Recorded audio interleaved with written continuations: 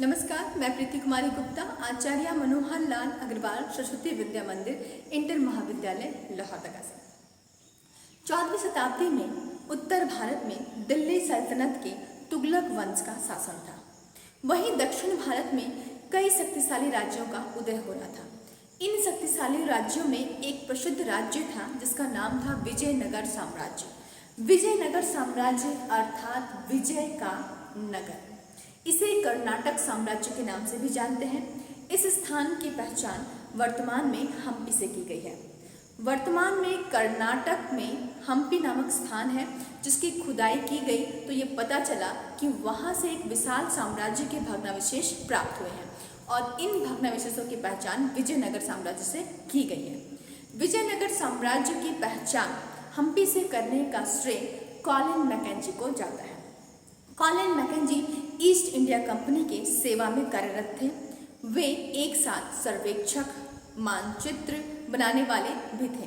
उनकी योग्यता से ही प्रभावित होकर 1815 में ईस्ट इंडिया कंपनी ने उन्हें सर्वेयर जनरल ऑफ इंडिया घोषित किया और ये अपने पद पर मृत्यु दम तक रहे। इन्होंने ही सबसे पहले हम्पी की खोज की और उसकी पहचान विजयनगर साम्राज्य से की। यदि हमें विजयनगर साम्राज्य के बारे में जानना है तो पहले हम उनकी स्थिति के बारे में जानते हैं। विजयनगर साम्राज्य कृष्णा और तुंगभद्रा नदियों के बीच स्थित है। विजयनगर साम्राज्य ये एक साम्राज्य भी है और नगर भी, यानी कि इसकी राजधानी भी विजयनगर ही है। विजयनगर साम्राज्य के अध्ययन के कुछ स्रोत हैं, साहित्यिक और पुरातात्विक। साहित्यिक स्रोत में विजयनगर साम्राज्य के तत्कालीन समय में लिखे गए तमिल, तेलुगु, कन्नड़ और संस्कृत भाषा के ग्रंथ हैं।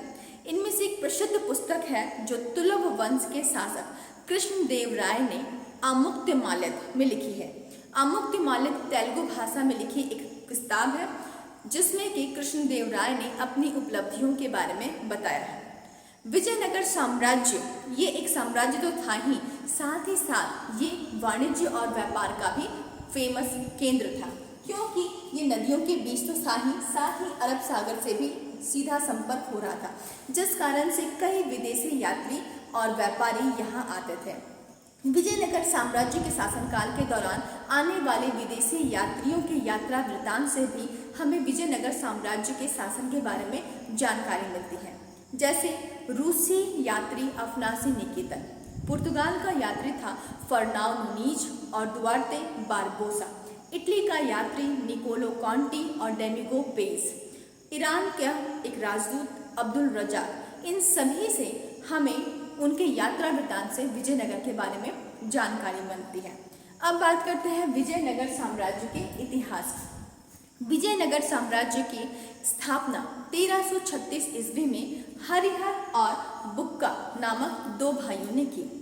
इन्होंने अपने पिता के नाम संगम पर अपने वंश का नाम संगम वंश रखा।